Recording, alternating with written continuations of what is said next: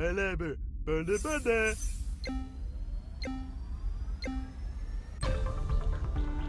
can almost picture the moment Catastronauts came into being. I'd imagine that a member of the development team, who was a big fan of FTL, one day came into the office and found everyone else huddled around a console playing Overcooked. There would have been that light bulb moment when the question was asked, why not combine the two? I'm not saying that such inspiration is a bad thing, quite the opposite in fact. In the years since the arrival of our 2016 Game of the Year, I'm genuinely surprised that nobody else has copied the brilliant structure of Overcooked. Swapping out kitchens for the decks of various spaceships turns out to be a perfect fit for the gameplay. Your main objective is an incredibly simple one. Your ship is under attack and up to 4 players must work together to survive and return fire. You'll quickly settle into a gameplay loop of firing guns, putting out fires and repairing cracks in the ship's hull. Both ships have an energy bar displayed at the top of the screen, and a level ends when one of these is depleted. Working out where your priorities lie is important. Should you repair that gun or put out that fire first? The speed at which you answer these questions is the key to survival.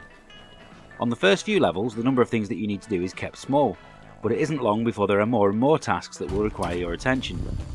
You'll need to prepare rockets for deployment, get rid of bombs, charge batteries, and deal with the hazardous environmental conditions of deep space. We found that assigning tasks to individual players became the best way to survive, but even then you may be called upon to drop what you're doing and help elsewhere at any moment. The action remains fast, frantic, and is always liable to cause arguments. Where the game falls down is in the minor details. The biggest issue is the balance of difficulty. Playing with 2 people becomes almost unbearably difficult by halfway through the second of the game's 5 areas. Adding more players makes it easier, but that's not always possible, and it shouldn't feel like the game is penalising you for it. It also doesn't help that the levels themselves have a 3-star scoring system to rate your performance, but the game doesn't actually specify what you have to do to achieve the maximum. There were many times we played what seemed like a perfect level in record time, only to be awarded 2, 1 or even 0 stars at the end.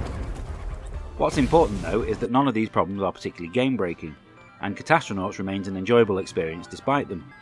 Playing solo is possible, but not really recommended due to the fiddly nature of the controls that sees you having to switch between 2 on-screen characters, although I did still manage to achieve 3 stars on some of the trickier levels playing on my own.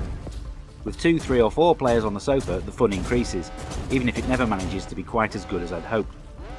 With a little extra polish, this would have been an easy recommendation, and if you have a PS4 you can add an extra point to the score thanks to the ability to play online via SharePlay. As it is, Catastronauts is still one of the best local co-op games around and well worth the asking price.